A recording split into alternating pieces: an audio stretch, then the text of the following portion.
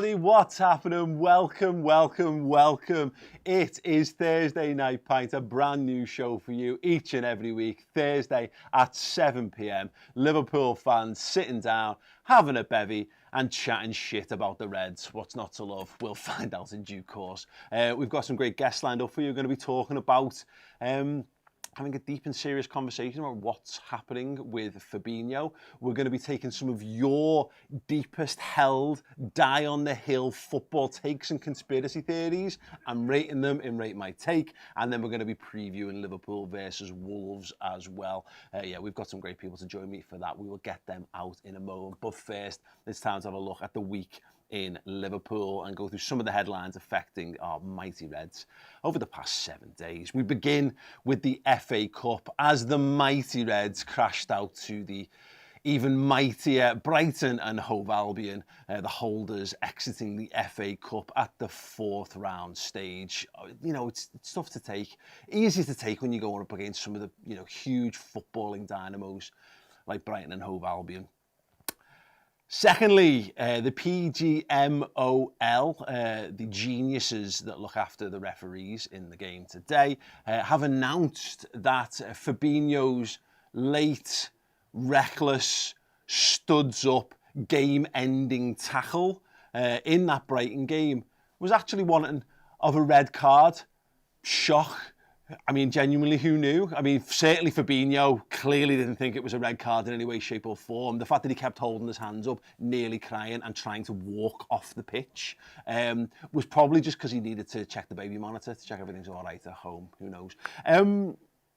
More bad news as far as the Reds are concerned with the news that Ibrahima Konate has stepped up his integration into the Liverpool squad in the best way possible. The only way you can get a tighter knit community with the Liverpool players is to do the right and honest thing and to become the 45th person to pick up a hamstring injury at the Action Training Centre this term. At least it means he's going to spend a little bit more time with Virgil van Dijk. Small positives, small wins. Anyway, yes. And finally, last but by no means least in terms of conversation on the topic, the transfer window slammed shut. It's slammed shut. It's closed. No more transfer business. In fact, it's left Liverpool fans around the world frothing at the mouth that the mighty Reds have gone through yet another transfer window without signing a single footballer. What are FSG playing at?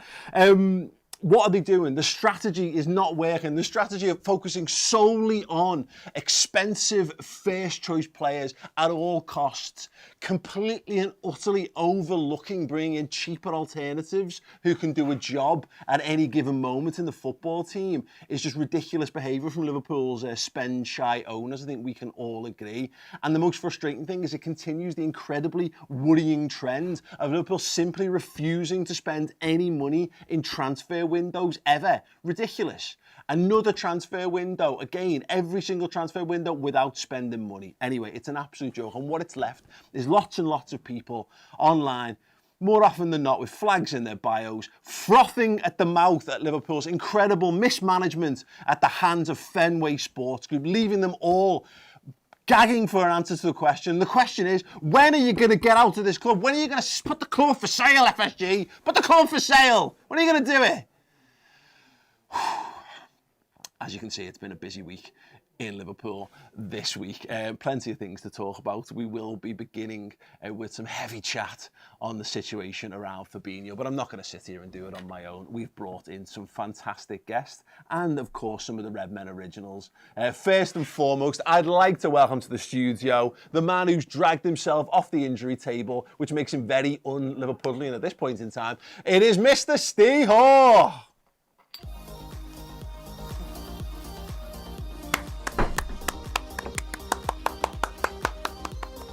I like the. Was that giving yourself a round of applause there? Yeah, well, no one else was here to clap for me, so I thought I'd better do myself. Yeah. You right? I'm good. Feeling better? I'm great, but the voice, I don't know.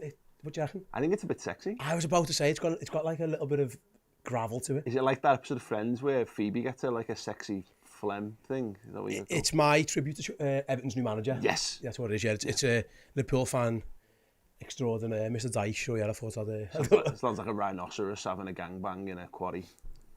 Yeah, I mean, I've never heard that before, but yeah, okay. Right, okay, cool. Let me bring in our other co-conspirator from the Redmen Originals, the OG, the man, the legend, Mr. Chris Pajak! Oh my God. What, like that or not? You did. I don't think you knocked the cushion over. Which No, is I saw a tripod move. Something wobbled. Yeah. Well, that was just Chris. Yeah. Indeed. Anyway, I'm glad to be the second most handsome person on the show for a while. For now. For now. I know I'm going to get booted down a couple of notches. Pause right there. That's right now. That's right now. That's really mean to say that. Okay. Brilliant. Okay. We've got two of the finest arses in the history of Redmen TV, physically and metaphorically. We're going to bring in an even better one. The swole superstar extraordinaire of Hollyoaks, old school Redmen TV guest. It is wonderful to have the hottest man to set foot into this building. It is Mr. the one, the only, the James Sutton!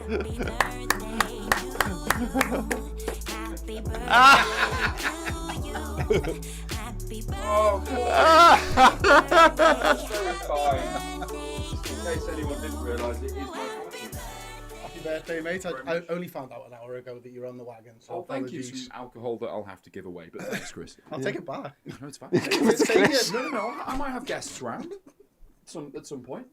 Well done. Hi, James. Hi, mate. Thanks for having me. If anyone hasn't seen James's promo for this show, I asked him, because I know, look, James is in rude health at the moment. So He's fire, is what he is. Phenomenal shape. Thank you very much. And I asked you to create a thirst trap promo video, and you nailed the brief, mate. Absolutely nailed it. You asked me to bench press. Yeah, something impressive. So you said bench press something impressive, and I was like, and I did actually try and do a video of me lying down with weight, and I was just bright red and sweaty, and it looked like a completely different type of video. So I thought some squats might get people watching. Let's hope so. We'll find out in due course, of course. Thank you so much, James.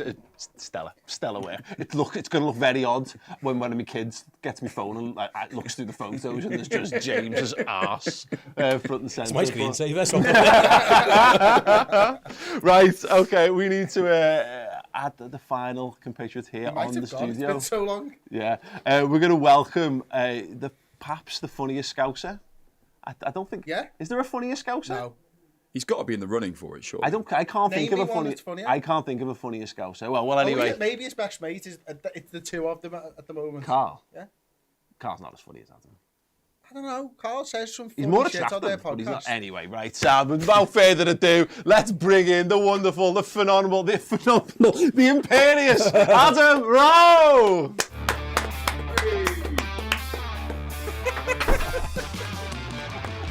Let's ask him. Are you the funniest Scouser alive? I don't know. Maybe. Hiya. Hey! Hello. Fucking bullshit theatre. Yeah, I'm with him. Been here for 45 minutes. Like, we're stood in a hallway next to a disabled toilet and an overflowing bin. Like, my There's no phone's bin there. already here. Just in case anyone's wondering. We arrived an hour ago and they were like, just go and stand in the hall. We're going to do walk on. Bollocks. I'm gasping. Yeah, sort yourselves out. Before anyone asks, there are pint glasses, so if anyone wants, there we go, Adam, well done. Chris has done it. James is. Do that for You've got a pint glass there if you want it. Where? No, Adam. Have you got it next to you? There you go. Just to your left. Okay. Great, sound. Because I realised when we were about to prepare this show that it was called Thursday Night Pint and we had neither ale nor pints. So yeah, a quick You trip pivoted there, didn't you? We've got far too much ale. Yeah, but I mean, it'll keep. Hello. We've got a bottle of red wine if it gets really tasty later. Ooh, very nice indeed. I do appreciate it, thank you.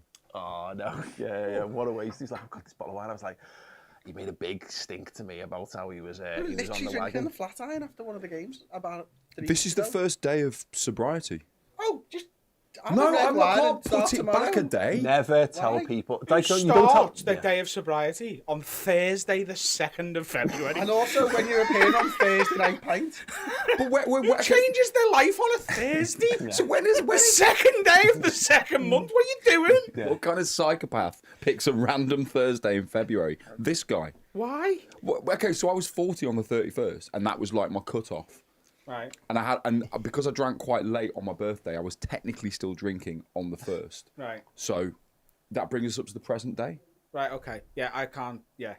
The only way I'll ever change my life is if, like, my birthday falls on, like, Monday the 1st, and I was born on the 11th, and it's just not going to happen. It's never going to happen. I must admit, post-Christmas, in that little, like, lost time between when there's days have got dates but no names, I decided, because I was coming up on my 40th, to stop drinking and to start be good in anticipation of my birthday, and then I got absolutely fucked on my party, which most of you saw, and I've not been quite as good. I aimed for dry January, and then it got to my birthday, the 11th, and I was like, I'll have 6 tonight. That'll do. 6 pints of Guinness. I'm sorry, 6 pints of Guinness. Yeah, what's wrong with that? That's filling, that, innit? That's. Less I mean, calories than a pint of lager. you're not a big person, What? and it is a solid drink, that, mate. No, I'd normally put like 12 Guinness away. I was having 6 to try and behave. Not even, like, I'm not saying this being like, look how much I can drink. Is that feels like you're carrying an anvil around in your back No, pocket? that's a myth, that. It's fine. It's dead creamy, it's nice. It's easier than drinking this. There's no gas in it. Well, there is, but it doesn't, like, bloat you. Yeah. Like 6 pints, and also less calories. Against the common consensus. Yeah, brilliant. Okay, well, let's talk. As much as we were remiss, and I guess we would all rather not talk about Liverpool, sadly, as much as I'd love to do it, just pivot wildly into a show that doesn't do that. We are going to talk about Liverpool. We are going to talk about Fabinho. And I want to know, what the fuck is wrong with Fabinho? Anyone? Anyone? I think Steve's got a really good answer for this. Okay. Steve? Okay, yeah, all right. Wow. I personally believe, and I have to, I know him. Honestly, I think he's knackered, and I think what's happened to him really A genuinely. bowler can do that to a man. Yeah, Steve did.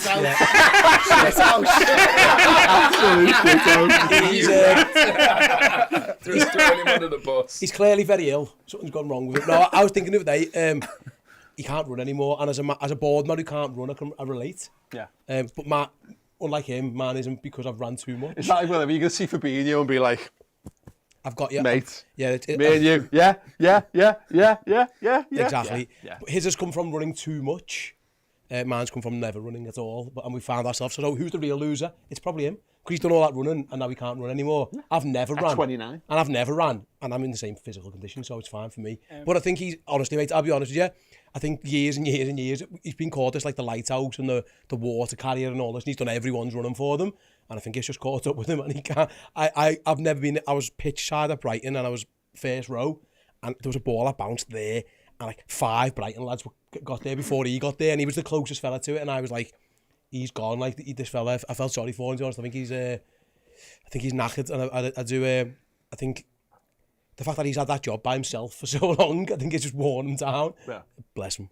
I don't think people fall off that much that quickly. I think it's quite obvious, you know, he's punching massively above his weight, and his missus is being pregnant. You imagine how whipped he's been for like the past 6 months in the build-ups to giving that. He's doing fucking everything around the house. He can say no to nothing. Yeah. Everything she wants, she gets, including, like, she could go build me a conservatory, and he's just got to fucking do it. He's knackered from doing housework and just being at her beck and call. Yeah. That's what it is. And particularly, she's probably got a bit of a grump on since that fascist president didn't win, that she was well behind as well. Wasn't great. Was she, yeah? Wasn't great that for them, was it? No. Yeah. Wasn't great. She's the fascist of their house, that's what it is. She's got him under the thumb. I haven't seen a drop-off of a player in such spectacular fashion in a long time. Yeah. Like, up until, like March last year? Like, he's been spoken about as, you know, in the team of the year, and there's nominations for this, and this is the best defensive midfielder in world football. And then he just went shit almost overnight. And the back end of last season, he wasn't great at all. And his to carry that through into this season is mental. He's terrible, and you're absolutely right. He looks exhausted, poor fella. He's not. It doesn't look like they're splitting the get-ups, are they, Chris? No, he's doing all the get-ups at night. They're breastfeeding, but she's expressing, and it's pure. He's getting up in the middle of the night, warming the fucking breast milk up, feeding every 2.5 hours, because that's the only reason he can possibly be this shit. What he needs to learn, and I learned this by child number 2, is just to, in the middle of the night with the feeding, just roll over and just give a slight conciliatory, supportive pat to let you know that you're aware that they're awake and feeding the child. And then, most importantly, go the fuck straight back to sleep, because your own health is just as important as that newborn baby. And also, he's on what, 200 grand a week? He's like, listen, look, I know you're doing all the work, but at least you're doing it in a fucking mansion and not a fucking council flat, you know what I mean? Yeah. And that's because I play for Liverpool, and they're not going to fucking let me continue to play for Liverpool unless I'm good at footy anymore. I also think, realistically, I think no one's talking about the fact that, like, how many Brazilians play well into the 30s? That's a good point. Brazilians always fall off late 20s. Coutinho fell off. Kaká fell off, even though he was great up until a point. Pato fell off at like 22. Like, Brazilians very rarely have very, very long careers. Even Ronaldo, like, they just hit a peak and then they're like, as soon as they drop a bit, it's like they give up. And I don't... Is there a Brazilian player that played like into the 33, 34? Is Neymar 30 now? Is he close? Maybe. Probably in his 30s, but to the point, There because... isn't many though. I've never really thought. Casemiro's doing okay down the no road. I think fair. that's not doing him no favours as well. I think that's what's hurting him as well.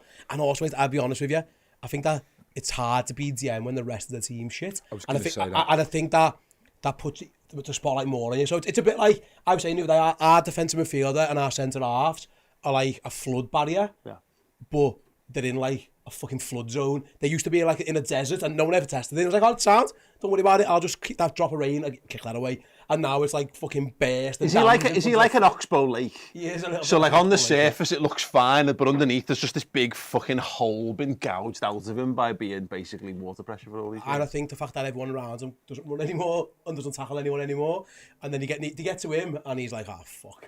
I thought up until a few weeks ago that he was absolutely fine and it was just the other midfielder's problem. And then Bajcetic comes in and you're like, oh no, there's a big problem here. If Bajcetic can do it with basically the same midfielders either side of him, then there's a big issue. Bajcetic is like young and he's hungry and he's got that about him. And physically has got more about him because he's got youth on his side, which I does think help. But I do think he's right in that it is a systemic problem. It's the rest of the team more than anything else. Like Fabinho has dropped off. But it doesn't have to be one or the other. Both of those things can be true, and I think it is both of them.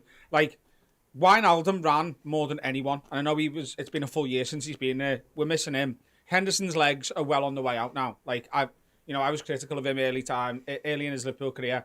Became a big fan of him. At the end of the day, he can't keep doing what he's been doing. He isn't physically able to do it, and when he does it, he will just keep getting injured. So they're running less, and I think Fabinho was always seemed to be in the right place to intercept balls. Because we put our opponents under such pressure, they couldn't pick a good one, and they were just kicking it, and he was like, oh, I know where they're going to spoon this to. I'll just go and stand there. And he looked amazing because of the system. Like, people talk about Trent Alexander-Arnold looking amazing because of Liverpool's system. Fabinho looked even better than he ever was because of Liverpool's system and the fact that opponents clearing the ball could never put it right where they wanted it. And he knew where they were going to badly pass it to. He was really good at being in the right place at the right time. And that's when there's no pressure on the ball, they go, hang on, Fabinho's there. Best just to put it 6 yards to the right of him. And when they've got time on the ball to do it, he can't do what he's been doing for the past 5 years.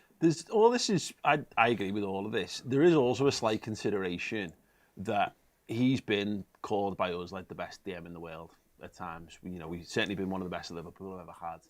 And he's reached the heights. He's been that team that got 97 points, been the team that got 99 points. He's been to 2 of the 3 Champions League finals, won it once. And yet he's behind Fred in the pecking order for Brazil. Do you reckon there's a point in your life where you just look and go, what's the point? What's the point? Well, I think the whole Liverpool team has done that to a point. Yeah. I've been saying this since... This was my big worry when we lost that final. And then the parade sort of made me go, oh, maybe we'll be all right because there seems to be a good energy around it. But to put as much effort in as Liverpool have in the past 4 or 5 years to compete on every front and to come away from one Premier League title and 1 Champions League, and you watch a Man City who, the year we won the league, they had a year off, really. They went, nah, fuck it, Liverpool have won it, we'll just take a bit of time off. And we pissed it. Every other year where they've gone, no, we're going to have a fight here, let's face it, we've lost. And it's because of the resources they've got. It's got to get to a point as a footballer where you're fighting for every inch in every game, and Klopp has got that out of them. And they're doing it and fighting for every inch in every game. In all 4 competitions, playing in every single game it's possible to play in. And you come away from it with a Carabao Cup and an FA Cup. How can you possibly convince that exact same group of players, oh, by the way, let's do that again and hope it's different this year? Is there another point, Chris, because we've done it loads. Everyone keeps going Tchouaméni. Liverpool tried to buy Tchouaméni in the summer and didn't, and we're so focused on that because of how Liverpool strengthened the midfield. They wanted a midfielder. They clearly wanted a midfielder. We've all said it. They so clearly want a midfielder because and they chose not to, and they so clearly want Bellingham. There must be a little bit of Fabinho of like they're desperate to replace me here, and then all of a sudden, I'm now the guy who's left continues to play. I mean, there's got to be an impact in that regard of like basically being told we're trying to replace you or we've not been able to replace you. The flip side of that, though, of course, is that Liverpool have come out and said we weren't looking to upgrade in the midfield options. You know, they've done the same in January. They decided to go and get Gakpo instead of a midfielder. So if that is true, the flip side's also true, which is, oh no, they've deemed us all right. The problem he's got is he's behind an 18-year-old in the team. That will hurt his ego more than absolutely anything. And rightly so. Yeah. And Bajcetic deserves to be in the side right now. Fabinho hasn't played at the level that he needs to play at, but I think Adam's spot on. The high press is what allowed us to make Fabinho look so good. You know, winning the ball back high up the pitch, making it difficult for them. He was 35 yards from goal, picking the ball up and playing a pass to whoever the fuck he wanted to. Now it's a complete opposite. We can't press from the front. We've changed to a mid-block side now anyway. The three lads up front don't know each other's games. We can't score goals. We concede too many goals, and the defence has been shit and injured as well. Like, what are you supposed to do as a DM? You can't just. You need to give him the right foundations to perform. We can't give him that, and we're expecting him to perform. I think that's it's not just Fabinho, is it? I think that's just. I think it's true, but I think that foul at the weekend actually showed how far off he is. Yeah. Because that's a tackle you do. Yeah. It's either you're really, really nasty and you're trying to really hurt someone, or you are so late to the ball because you're miles off it, and that's what it showed to me. Is that it was all over? It was all over his face after the tackle. He knew exactly that he was. He couldn't late. believe he stayed on. Yeah, no, and he shouldn't have. He was walking away going, I'm gone. You could see him saying to the players, I'm gone here. But that isn't. He wasn't being nasty. He wasn't. No. I don't think he was trying to do the fella. He was just late. He was just. But he's like 3 yards late, and usually Fabinho would either win that ball or he'd do that foul that never got him booked. Because he was only like a millisecond late and you get away with those ones. Mate, that's my foul in five-a-side because I'm too slow. Yeah. Like, I'm not being nasty, I'm just going to foul you 10 times a game because I'm fucking slow. And that's what he was, yeah. It was. No, a little bit of nastiness in there. Yeah, that's whether you win or lose. I think in some ways it's difficult to pick just Fabinho out because I think it's a Liverpool problem as much as it is a Fabinho problem. It's across the board. You know, we had this amazing side that burned incredibly brightly, but for only that period of time. And because of lack of transfer activity, because of injuries, because of Manchester City, because of now you've got Newcastle, you've got Manchester United who are back. All of these factors coming into play, confidence, the hangover from last season, like Adam was talking about, all of these things together mean we are where we are. You know, I think it's hard to blame one person. Yeah, but I agree with Steve's point there. It had all the hallmarks of like he knows he's not. Right, it's he knows it's gone. Klopp's been screaming at him. Yeah. I mean, but that tackle though was just like, you know, when you just like you believe in his own negative hype. He knows because he's walking off the pitch. He's like, I'm getting sent off for that, and it's like, what the fuck are you doing? That's a man whose head's not right in any way, shape, or form. He's not backing himself. He doesn't believe that he's turning this round. It's like he's done that wrong and gone, oh god, oh clumsy, this clumsy old me. God, I knew that was going to happen. I'm crap. It's like, mate, I don't know what the answer is. Whether he's had time off. See, I think it's the opposite. I think he needs to stop coming on. He's been. If I was Jürgen, I would say just have a couple of weeks off. Just go and sub because every game that he's been subbed on, he came on against Wolves and was crap. He got worse. Come on against Chelsea, was crap, and we got way worse. And it's not just Fabinho he's bringing on at the same time, though, remember? There's other lads he's bringing on, like the captain, who's coming on and we're getting worse. No, absolutely, I agree. I also don't think Fabinho has ever come on, even in his height as a Liverpool player, and improved the game. I think he's a player who has to start games. If he's not fit enough to start, he shouldn't be playing. Yeah. He struggles to get up to a game that's already at full pace. He always has. He's saving Bajcetic. That's his job now. His job's not. It doesn't look like we're trying to rehabilitate Fabinho. Bajcetic is too young to do 90 minutes. Well, he looks knackered after 70 minutes. Exactly. That's his problem. So that Fabinho is 50. He's from the Thiago school of get your yellow early, get out the way kind of thing. You know what I mean? He's in that one. No, fascinating stuff. But if you're watching, let us know what your thoughts are on the Fabinho situation. We have had some comments, more pertaining to the start of the show as much as anything else. People answering the question of, is Adam the funniest Scouser? Josh Payne said John Bishop. Not Scouser? Is he a Scouser? He's from Runcorn, isn't he? Yeah. Is that not Scouse? No. No. And look, John is a colleague. And Any sentence that starts as a colleague. From him. John's an honorary Scouser at very least. I think he grew up. I think he was born in Liverpool, was raised in Runcorn, but I don't know that for sure. And yeah, I mean, he's done a lot with his career, and if I can mirror it, then great. This is like asking Stefan Baccetic if he's better than Fabinho. He's an excellent This is like trainer. when I'm just at Attrick and I'm like, it's all about. He's won the lot, hasn't he? Yeah, you know, I've won the Golden Boot and Player of the Year, and you know, I'm linked with a 200 million move to Real Madrid. But the main thing is beating Southampton today. Absolutely brilliant. Stephen Graham's funnier as well, according to Paul Smith. Jesus, Not a comedian, shout. though, is he? No, He's an actor. he's better the an most actor. requested guest we ever have for our podcast. Really? Have you reached out to him? No, we won't get him on unless he talk about that picture of him holding the Sun newspaper. Yeah. It's a shame that it. Fair enough. I mean, If he come on and was like, here's what happened and here's why and I'm sorry about it, but he wouldn't do that. Like I think he's a phenomenal actor, but like it's almost like the Scouts pride I have when I say Scouts are doing well. I haven't got that for him anymore because like he's got that picture of him promoting stuff in the Sun, and if anyone tweets him about it, he just blocks them. does he? Yeah. I've had mates tweet him and go, what about this picture though, Steve? And then it just comes up, Stephen Graham blocked you. And I think he's maybe the best actor the UK's produced in the past 20 years. I think he's absolutely, Bit unfair. like, I mean, Yeah. present company aside. Sat right here. I know. What I thought was really He interesting. considered all of his options. Yeah, Anyway, Stephen Graham? I knew it. The lad he doesn't even like. Nice. He fucking hates Stephen Graham. He can't squat like you don't make such sound. You're right, you can't. Jesus Christ. Nobody can. No, genuinely nobody can. Right, sound. Yeah, keep your thoughts coming in on Fabinho. That'd be great. We are going to take a very short interlude while we highlight our supporters club of the week. Just want to make known there are some incredible fans supporting this incredible football team around the globe, doing some brilliant things and getting up at random times of the day. I've said this many times before. If Liverpool kicked off at 2 o'clock in the morning, I would follow something else. We don't know we're born, do we? Don't know we're born. So yeah, big love to our supporters club of the week, which is the Japan OLSC.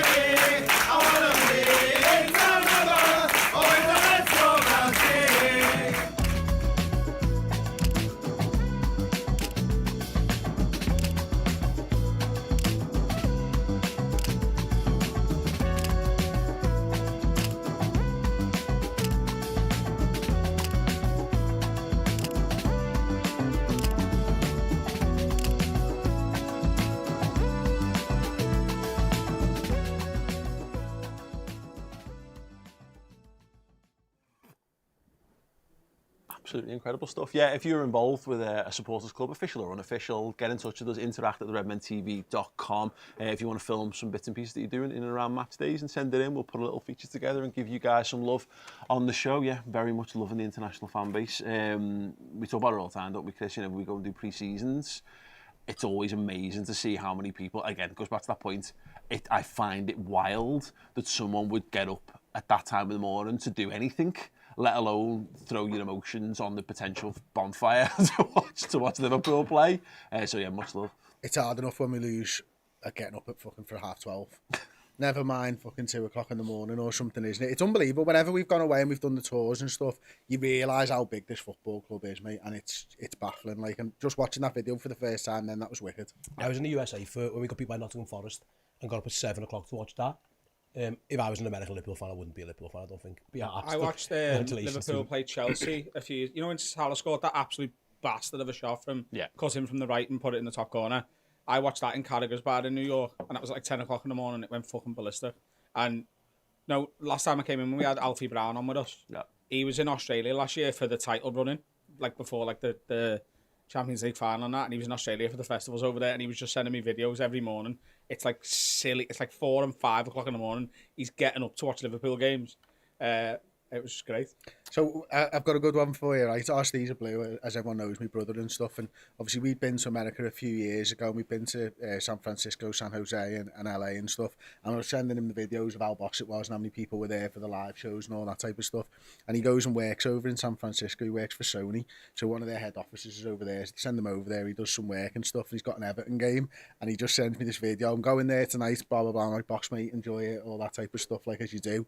And he sends me this video at the bar. It's completely empty, and it's the barman and him. They're the only people in the friggin' bar watching the Everton game. It's Going, the clock. I don't even think the barman was an Everton fan. I think it was just him. Was it an Everton bar? Yeah. Shit. Yeah. That's bleak. Right, cool. Yes, interact at the redmentv.com if you've got any stuff you want us to showcase on the show, by all means. Right, we've got a brand new feature. We're going to move things on. We're going to be doing Rate My Take. Oh, wasn't sure we had that for a moment. That's why I said it so slowly. Got no confidence in this. Yeah, no, absolutely. First time around. God, yeah, we're expecting teething problems. Joe's nailed it, to be fair. That's the jinx of all jinx. Yeah. Something's going to go wrong. Yeah, more so highlighting it. But thanks. The name of the game on this one is that I asked you guys to send me in your most controversial or most die on the hill for all eternity football thoughts, feelings, conspiracy theories or anything.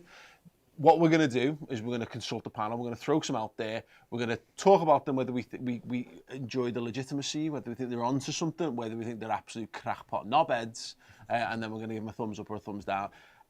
Speaking of the first show, there are giant thumbs, foam thumbs, somewhere in the postal service. So maybe by next week we'll have them. Good luck with that. Yeah. So yeah, if you can just make your hands look as big as possible. The Hermes fellows just threw it over the back. So what, I'm going to put my hand by my cock. Nice one.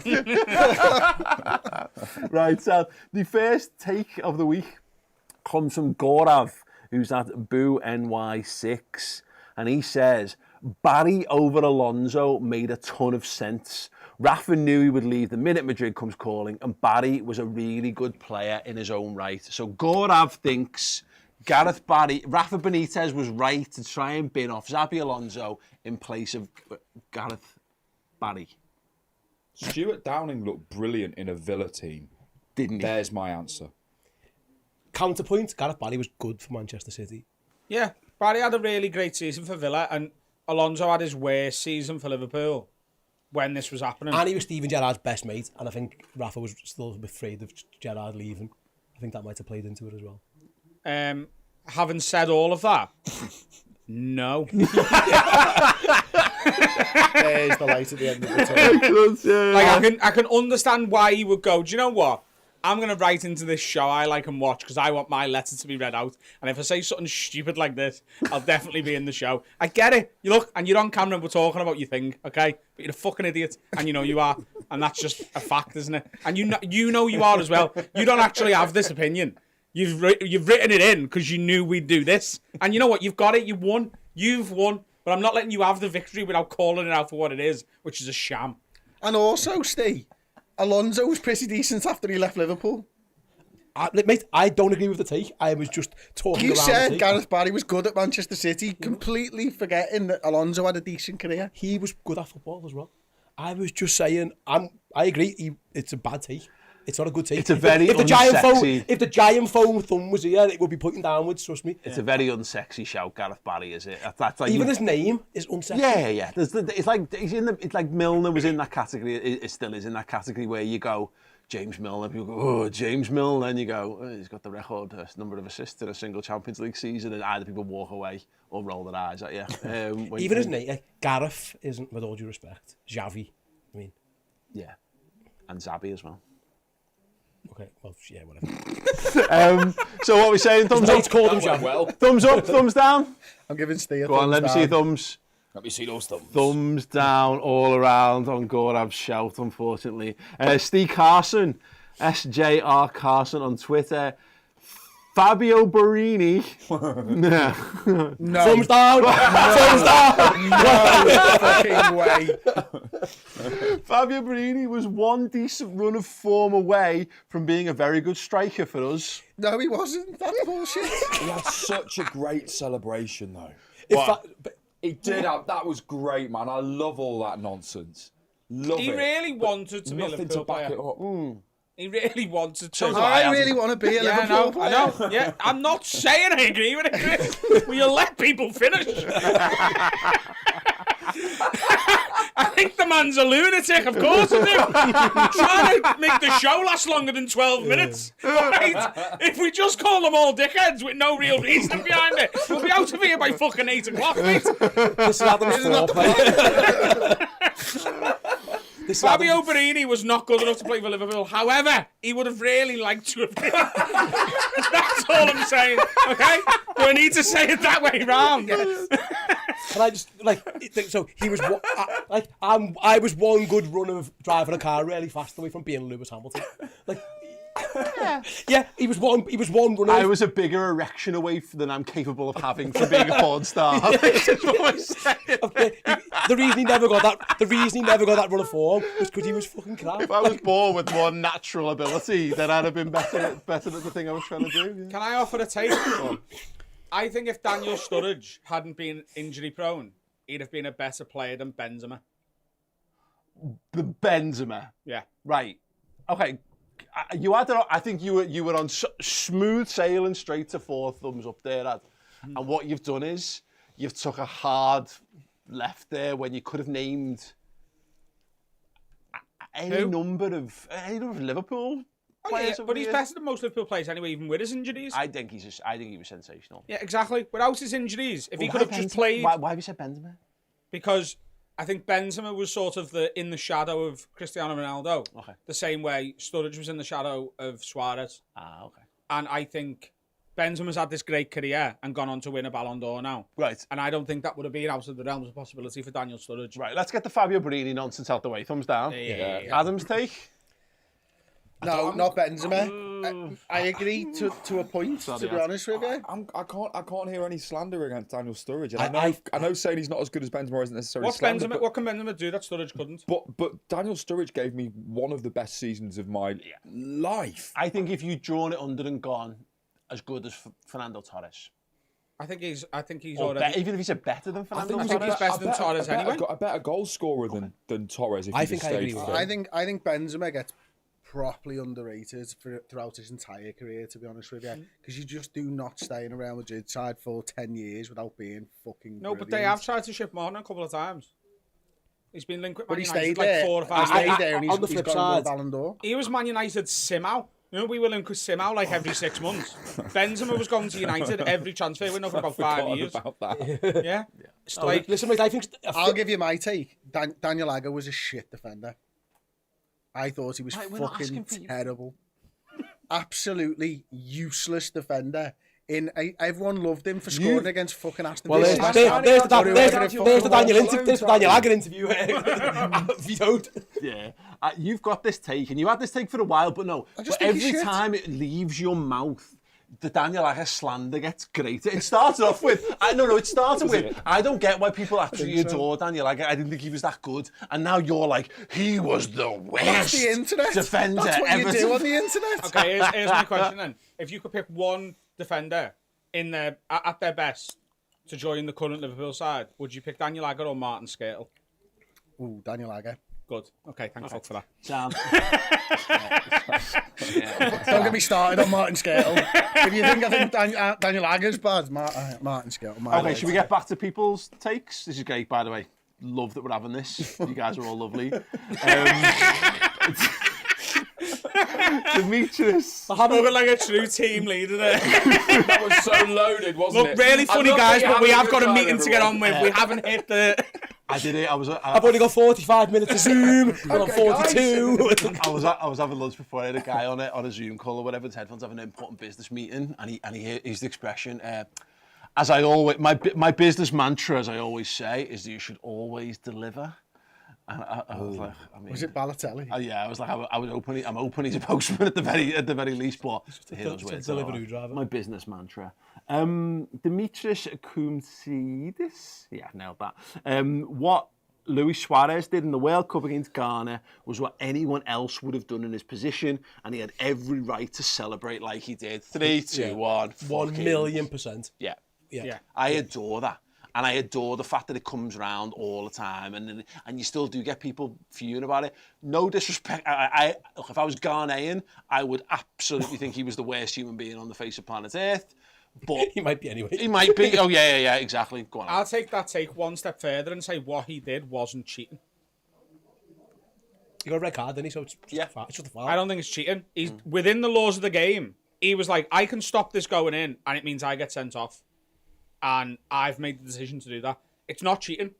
Because he didn't pretend he didn't handball it. No, he went, yeah, I did that. Should I go and get a shower? Can I just watch them miss this penalty first before I do that?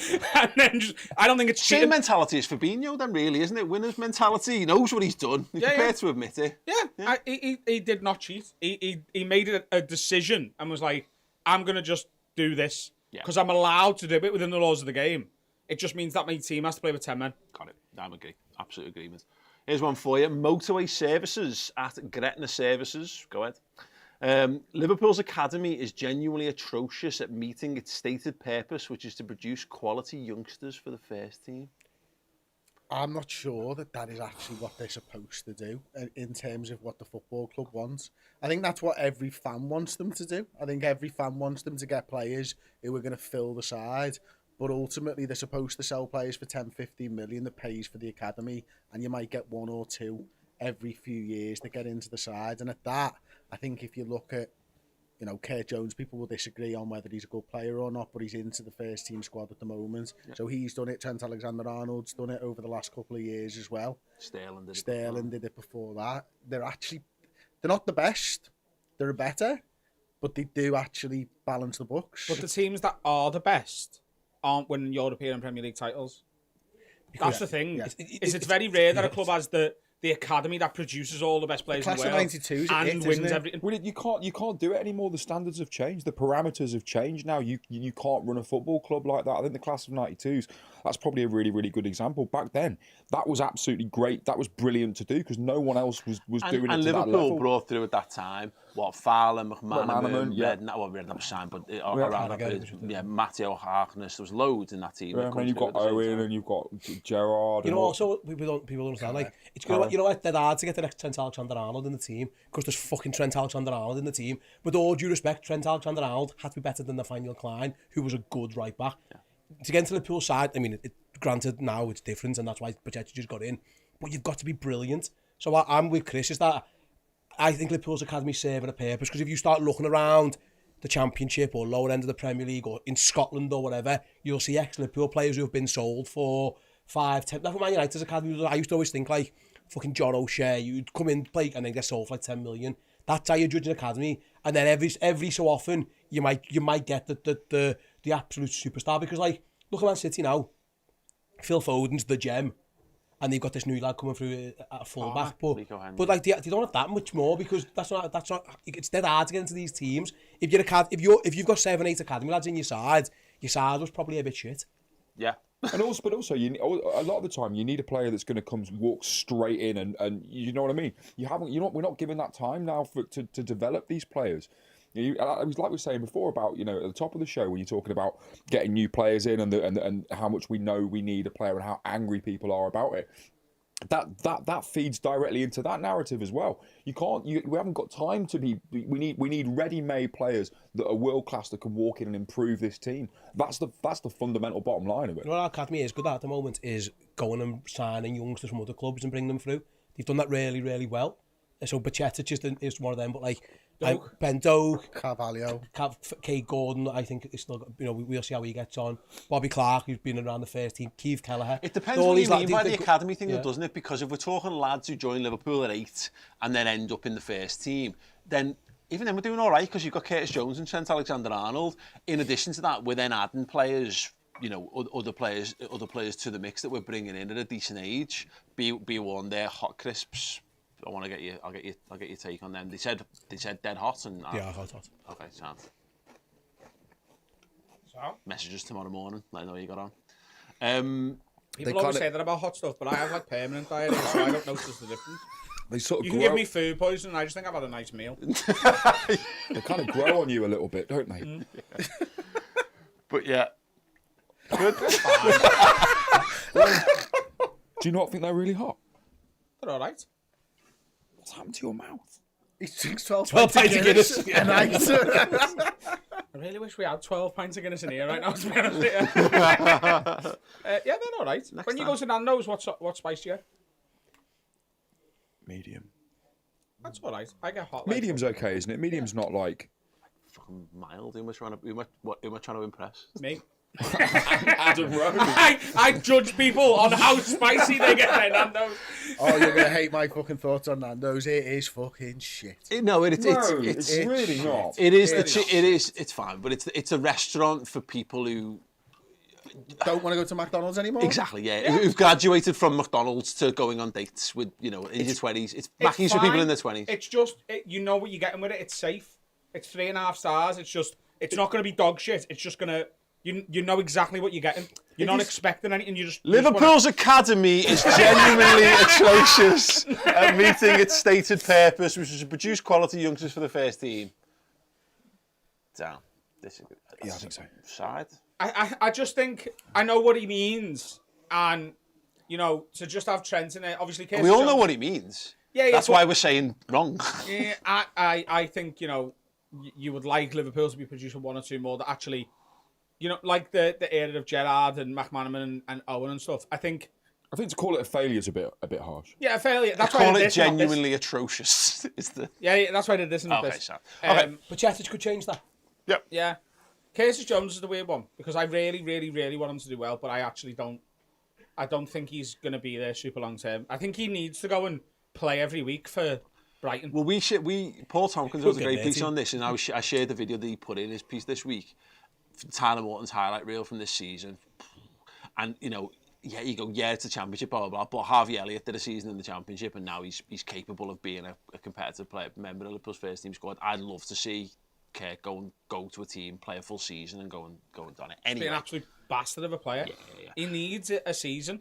Jason Roberts at Jason Roberts says, if you're playing a back four, your two centre backs are not allowed to both be left-footed. If this happens, the world will explode.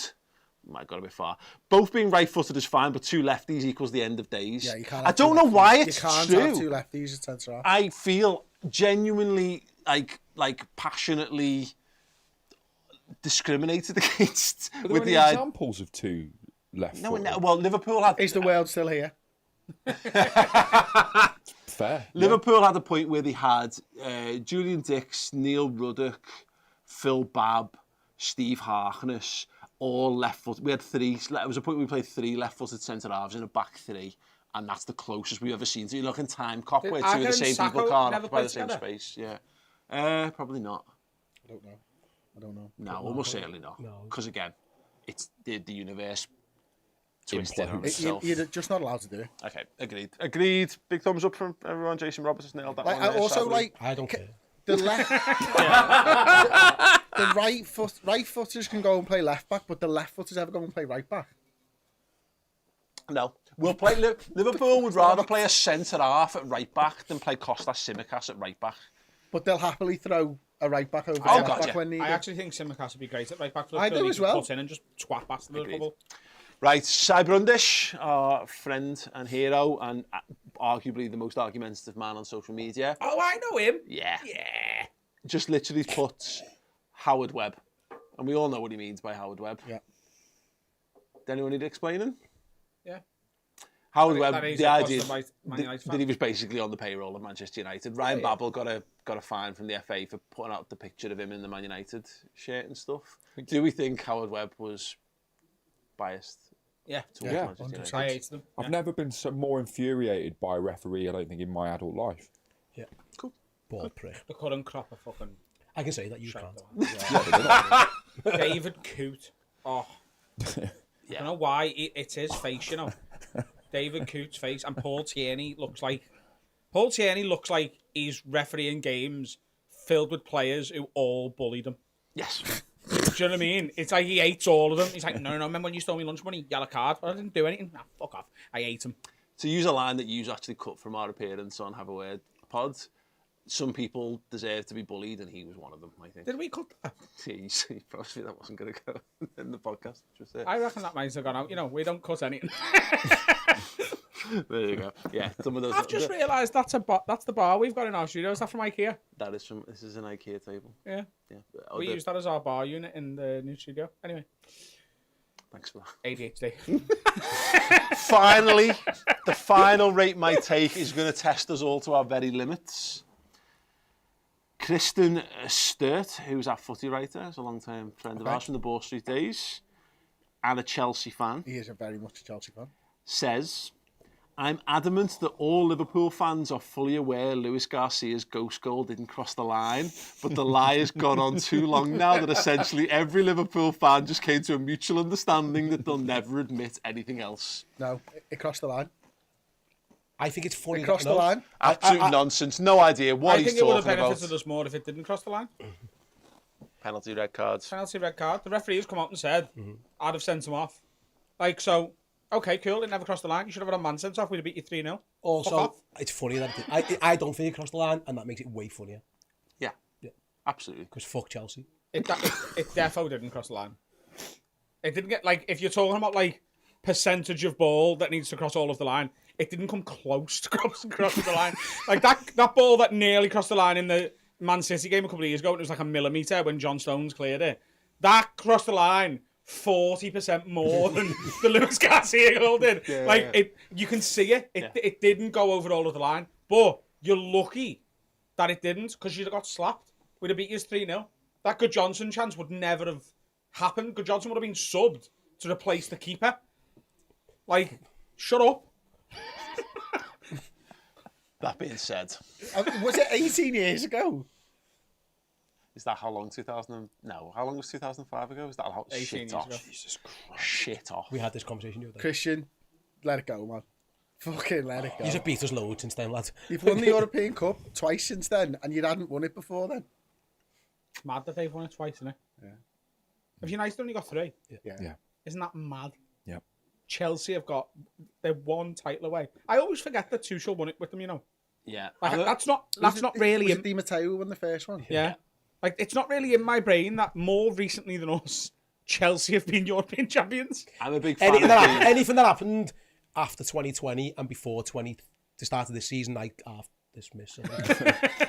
Just COVID, like it's one blob. Feel like it happened. Never happened. That season never happened, apart from Nat Phillips and Reece Williams. You know what I mean? It's like we'll have that photo. Alisson's goal and Nat Phillips. Phillips. It was so much better that Chelsea won it than City, though. Yeah. So much better.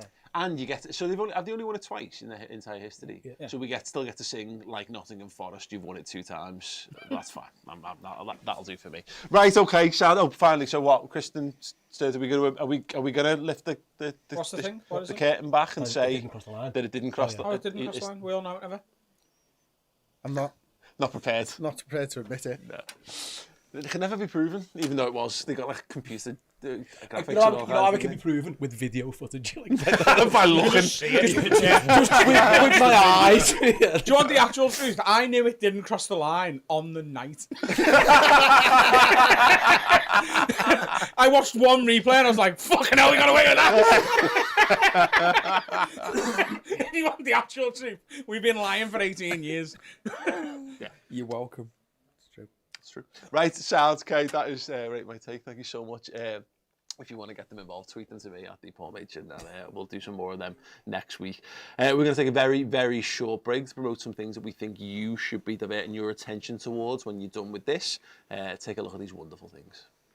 Terrorists have fell off.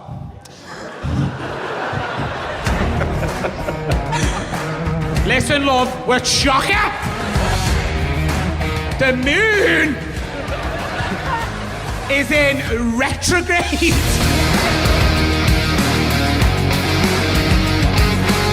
Right, look, I do understand that joke goes to, like, racist VAR. What kind of fucking murderer eats the peppers and the onions? Get on the ground! We know what you've done! Get back to your crossword, love. 4 down. Just go fuck yourself. People will celebrate her death. This has been amazing. Thank you so much.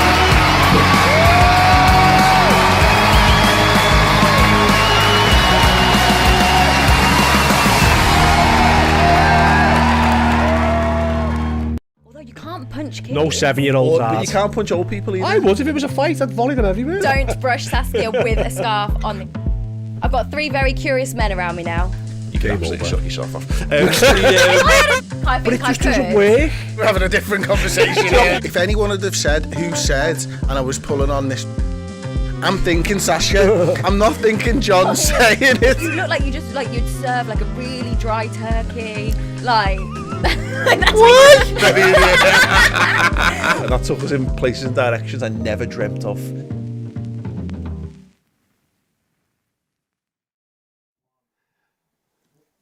Class, yes. Check out Adam's YouTube special, Imperious, now on YouTube. Just search Adam Rowe special. That's what I did when we were trying to find the trailer to rip before to put it here.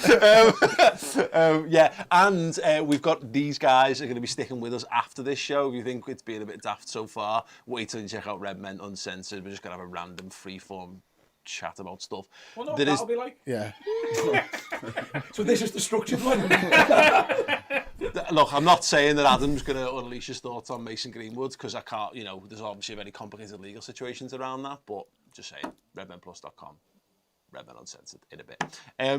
Right, let's talk Liverpool Wolves. I mean, ultimately, again, it's these pricks. I'm so bored of seeing Liverpool play Wolves, but here we go. It's just Groundhog Day, isn't it? Fucking crap. I thought we went Liverpool then. Well, that's... Is this our 4th game against Wolves this year? Yeah. This season? Yes. No, it's 3rd because we've still got one to come again. Brilliant. One right, okay. got Oh, yeah, we've got cancelled when the the Queen reschedule. snuffed it. Yeah. So there's still... It's a great day, say. Oh, and we didn't have to play football games, and it was fine. I mean, the positive thing about us playing Wolves is that we're playing Wolves. And the negative is that we're playing Wolves again. That's the thing, isn't it? It just feels boring. But realistically, like, Liverpool are really bad at the minute, but Wolves are a lot worse. And that should help us. Yeah. Yeah, no, The I problem agree is if we go on and lose this, then I think there'll be a total meltdown. There's just, well, that's the thing is, I don't know what a total meltdown looks like at this point. I don't see how, I mean, unless we decide that we're going to be finishing between 8th and 14th in the league, which is, there'll be next level kind of shit. Like, but I think the general point on this, and James, get your take on this, is we are where we are now. We could really do with the lads turning it on. We've kind of got no choice anymore because no one's going to protest.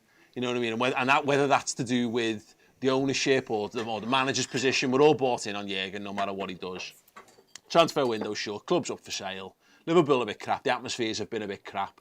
We've just kind of got to grit our teeth and bear it really and trust that it'll either get better or it won't. This is what being a football fan is. You don't get to pick and choose how good your football team is. We've just got to, I don't know, dig in and just try and find some joy in the football again. You know, be that singing songs, be that, you know, whatever it is. You know, the players are as unhappy, it seems, as we are. It doesn't look like anyone's enjoying the football. The players, the fans, the management, no one's having a nice time.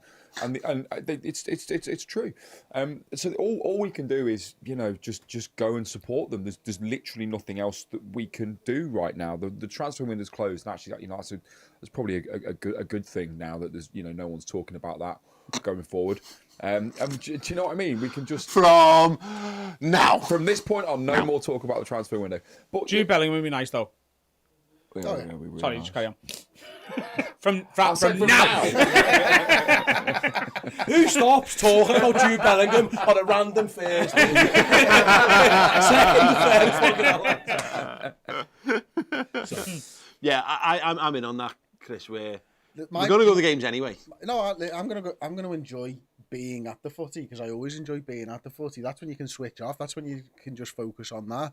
My problem I've got at the moment is I've come to the conclusion that Jurgen's going to use the rest of the season to test shit out because I don't think we've got a plan at the moment. So I think we're going to see Gakpo in the 9 some games, Gakpo on the left other I think games. Gakpo is going to be the 9 Yeah. going forward. I think he's much more likely to use him there than Nunes. Maybe so, but and like the midfield looks like he's still testing it out at the moment with Bajcetic and Keita and Thiago. Can they play every single week? Are we going to try and get Hendo back in the 6 at times maybe, or back into an 8? You know, the back 4 is going to be as settled as injuries allow us to be. But going forwards, we haven't worked out how to score goals. We haven't worked out how to consistently score goals, We don't know the movements like we did with Firmino and Salah and Mane.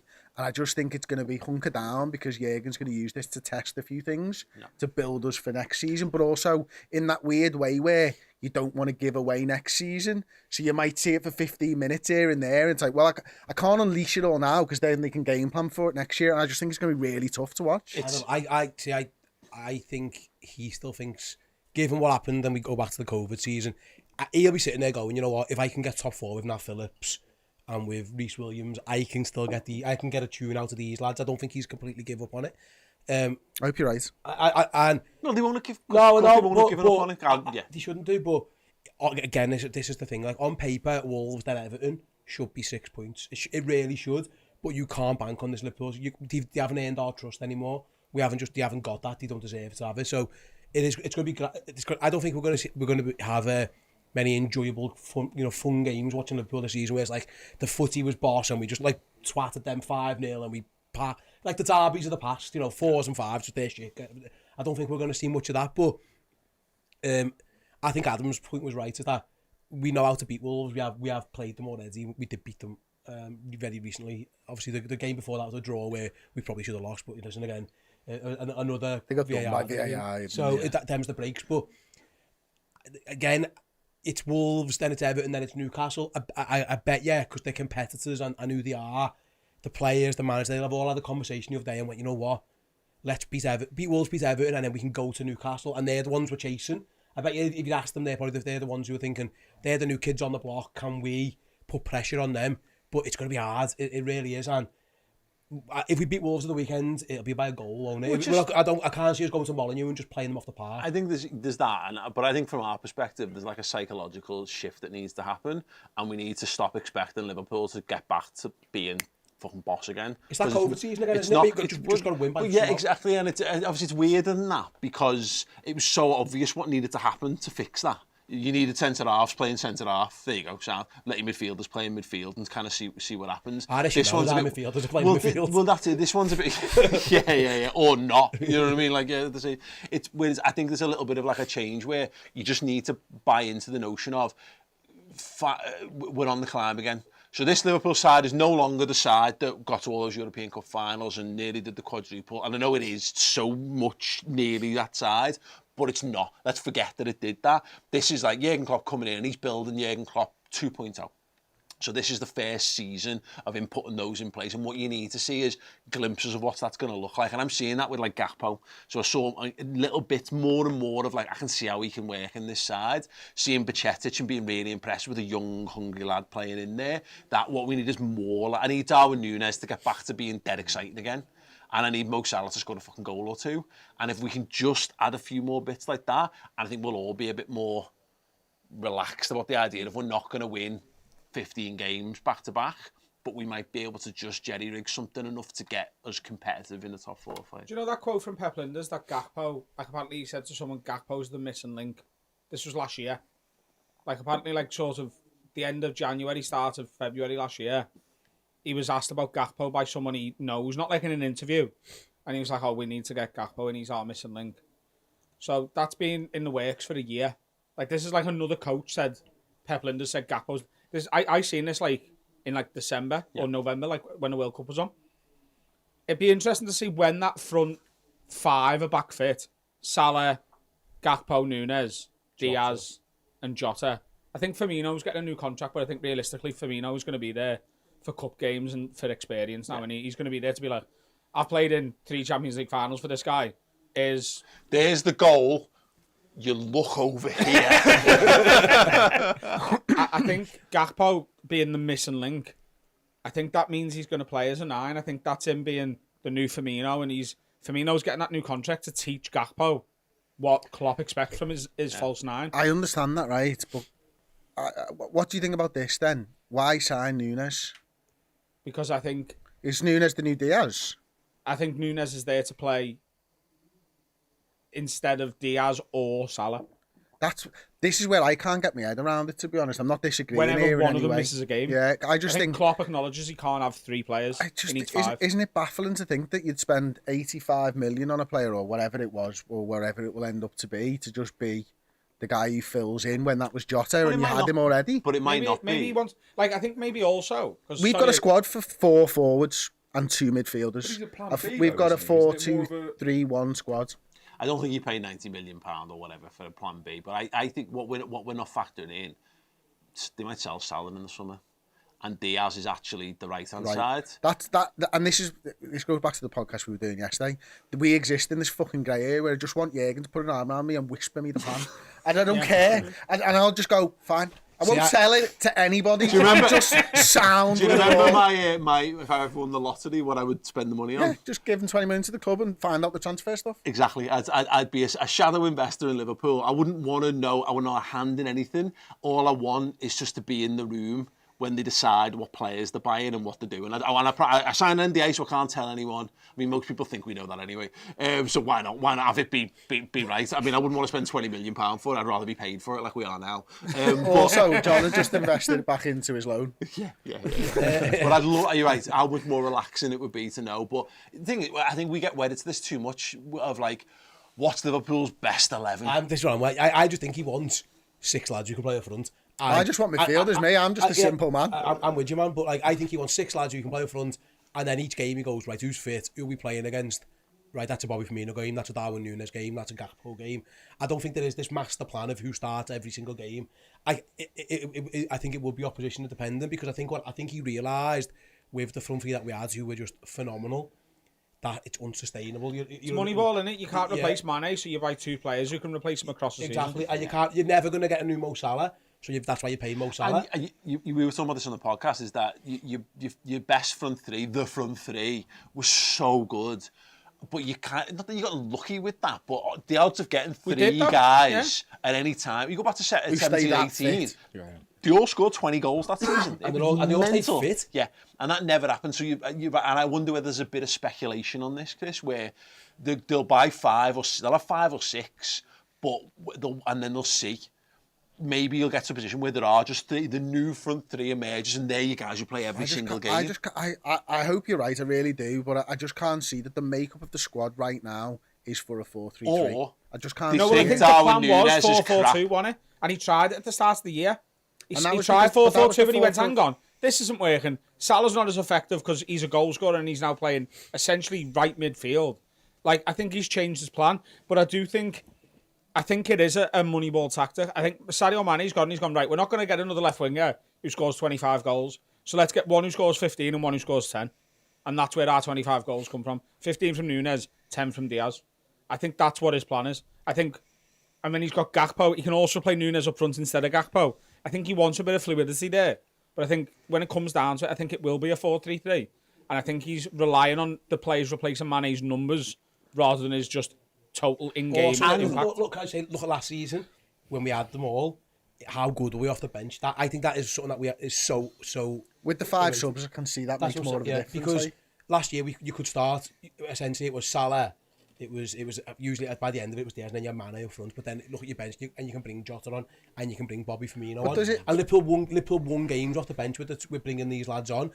I think that is the plan as well. Does it look like joined up thinking, though, what Jürgen's done this season for everybody? I think 4-3-3, 4-4-2, 4-4-2 fucking diamond, 4-2-4, 4-3-3. Yes. That looks like joined up thinking and signing a forward, playing him through the middle, then moving him onto the left-hand side, then buying a left winger and moving him into the line. That looks like joined up thinking. Do you know why it looks joined up thinking?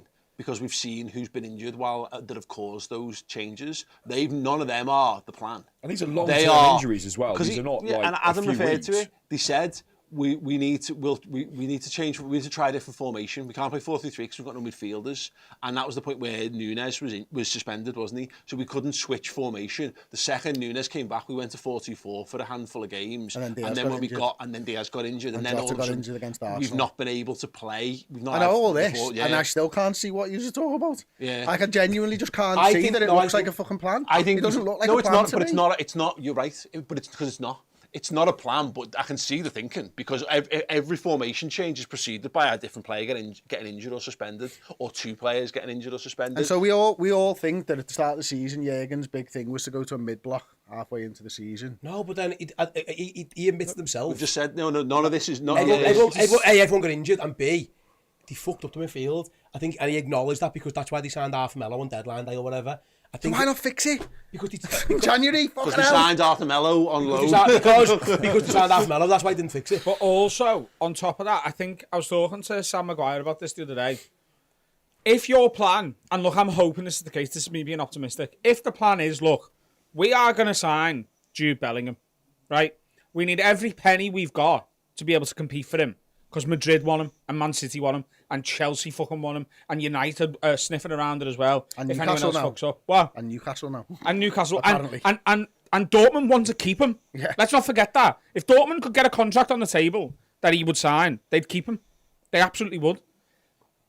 I think Liverpool go, right, if we spend 10 million getting a player in on loan, or as a stopgap, and we pay a loan fee, and then we pay him this much money, then that's 15 million we haven't got towards Jude Bellingham. And if the price comes down to we bid at 135 and Madrid go, fuck it, here's 150, that 15 million will be valuable. I think Liverpool might be in a position now where they go, we're not going to win the league. Top four we can take a throw at. We're still in the Champions League and you never write us off in Europe. We haven't got these other games. Everyone's coming back to full fitness, like in the next couple of months. We know these lads are capable from the past of putting a 12-game winning streak together. And that could be the difference between getting top four and not. So we bank on that. And we know that if we get past Madrid, we will be a team that no one wants to face in Europe because of what Anfield's like. We won the fucking Champions League with Milan Baros, Vladimir Smita, and Igor Biscan starting games. Sam Maguire told you all this. No. Sam hasn't spoke yet. This was all me. I said all that, and Sam was like, "You're right." You should say that. You should say that on the telly. Like, I think we're looking at like I think there might be a plan. I'm hoping there's a plan, and that plan is all of our money's going to that, and we've got a little side plan. I think the other one's Matheus Nunes. I think they've gone, we'll sign you next year. I'll go and play for Wolves for a bit. We haven't got the dough, and we're focused on this Bellingham thing, but we do want you to just go and play there and prove you can play in the Premier League. And then I think it's them too. I think that is. I want that to be the plan. That has got to But be I think plan. your point is right though, Chris, is that this is not a plan, what we're doing. It's not like they didn't sit down at the start of the season and go, this is what's going to happen. This is them flying by the seat of the pants, trying to get it work and trying to keep the airplane in the fucking air by all means necessary. And it is totally enough. The Darwin Nunes stuff is the big X factor in this, because I contend our plan was exactly the same as Man City's plan this season, was to change, get a guy who's just going to score loads of goals, and everyone's fucked. Everyone is on their arse physically, but what we'll do is we'll get this young, exciting lad and he's just going to stick the ball in the back of the net, and the goals will probably carry us through a little bit more. And look, we've got Jota, he'll score a load, and Diaz is integrated now, he'll be a bit better. We've kept Salah, so he'll score his 20 goals, so that'll be sound. And then the midfield obviously became a bigger issue because we had more injuries, which weren't unpredictable, but we're not injuries we had last season. As well, Liverpool don't need more midfielders; they need different ones. Like players have to go. Yeah, exactly. Absolutely. And that's the key. You've got to get Oxlade-Chamberlain off the wage list. You've got to get James Milner, as much as I love him and what he's done, off the wage list. But I do wonder, sorry, Chris, I do wonder earlier. whether Darwin Nunes, they looked at him off the left and went, That's my point. Darwin Nunes and Gakpo don't make sense, because I see Gakpo as a number 9 like you, as a false 9, but Nunes was brought in as a centre forward, definitely. He wasn't brought in as a left winger, so you might change the plan. But they did say that he was good. They did talk about his versatility.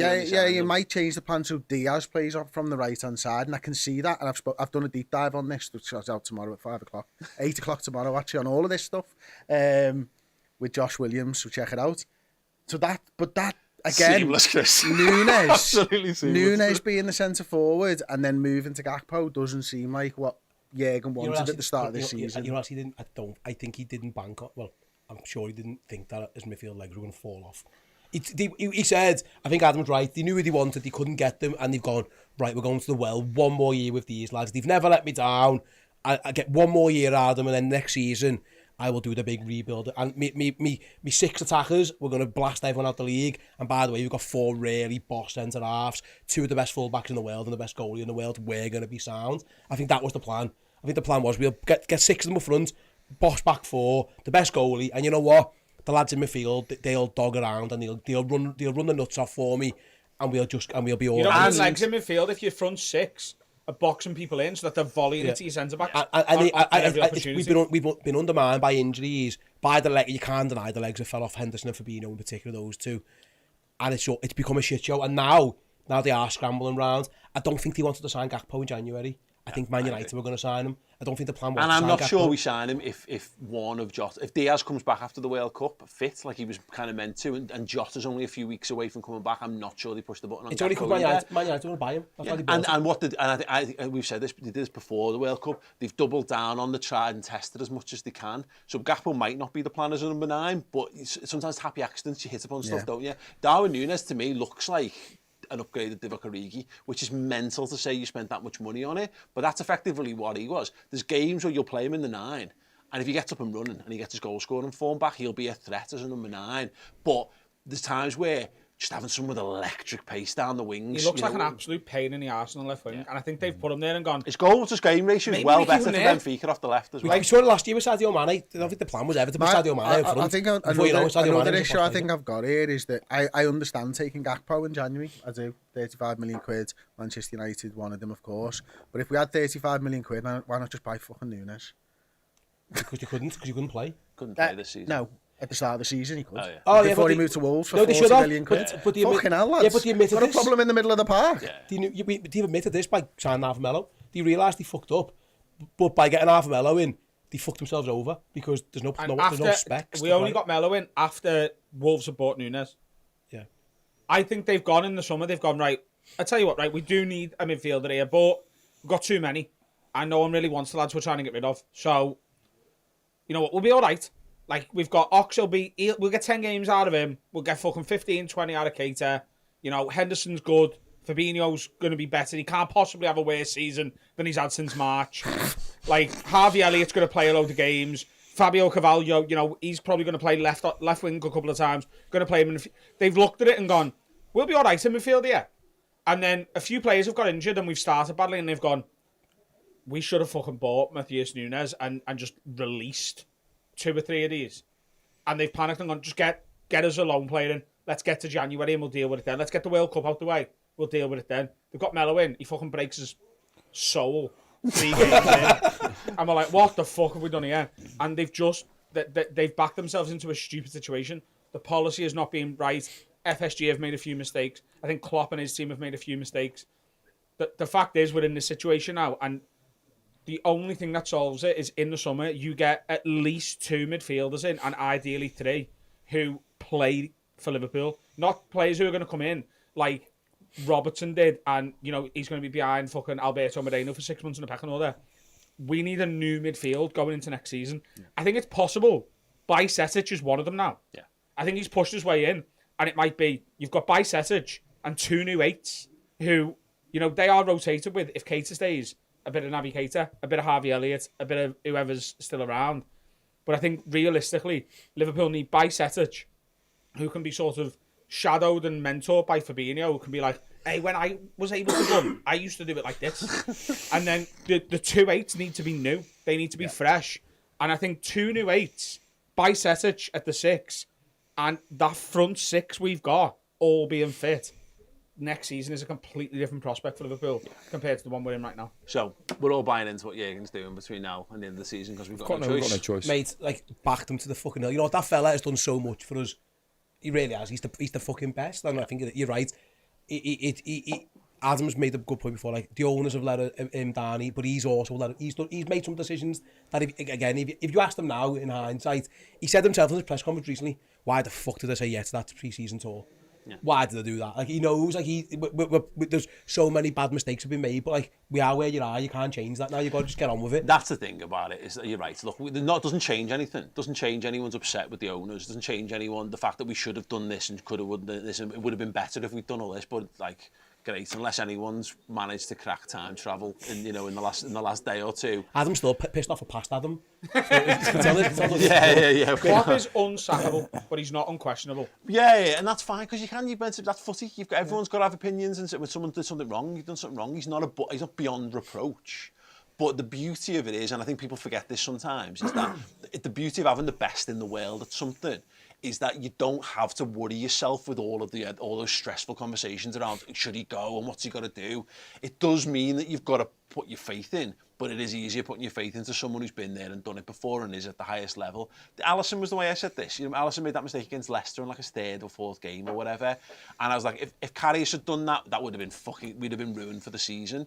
But when you've got the best goalie in the world and he makes a mistake, you actually go, oh shit, even the best goalies in the world make mistakes. Okay, so you've kind of got to let stuff go. It just feels very on top at the moment. It is also different. Like, I think if Karius had made that mistake, Karius flaps it.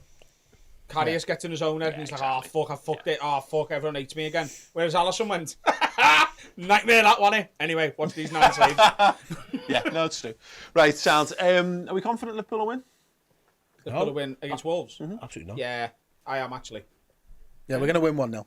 Yeah, I'll get 1-0. 3-1. I think we'll win, but I'm not confident. How can you be confident in them? You've seen them play recently. Drink, steak. Yeah. 3-1. Yeah. I think Gakpo gets a couple of goals. Oh, I'd like that. I'd really like that. 6-0. Yeah, we're not going to beat them 6-0. No. But at this point, just win. Yeah. And then win the derby. And then See where we're at. As to this, it sounds ridiculous. The idea that Liverpool can win like a game at the moment feels a bit odd. But like, you put 2 or 3 down, which is it is possible. It's possible. This day we beat Man City this season. Mm-hmm. We gave Arsenal a hell of a game until Diaz got injured. We beat Man City and outplayed them. Yeah. We were better than Man City at Anfield. It's possible. Like, we deserved to win. You mentioned this the other day. We got our second highest ever points total in a group stage of a Champions League this season. It feels so long ago. No, done it though. But it's possible. And we should believe we're going to knock Madrid out. I know that team's insane. I absolutely agree with that as well. But we'll see. I also thought we were going to beat them in the final. But life's a shit house. Right, gentlemen, thank you so much. That's been an absolute pleasure. Thank you so much for joining us for the very first ever Thursday Night Pint. We'll be back next week. Stay tuned for guest announcements. Steve's looking at me because he knows that he's the man responsible for booking and he's got a hell of a week on his hands to top these 2 absolute fucking heroes that we've had in tonight. But John Bishop and Stephen Graham.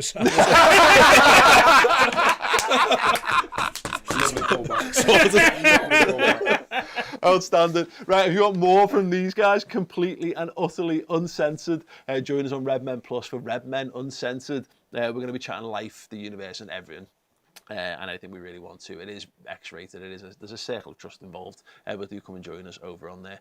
It will be good fun. Yes, anyway, thank you so much. Thank you so much for joining us, all you wonderful commenters as well. Have a boss week and up the Reds.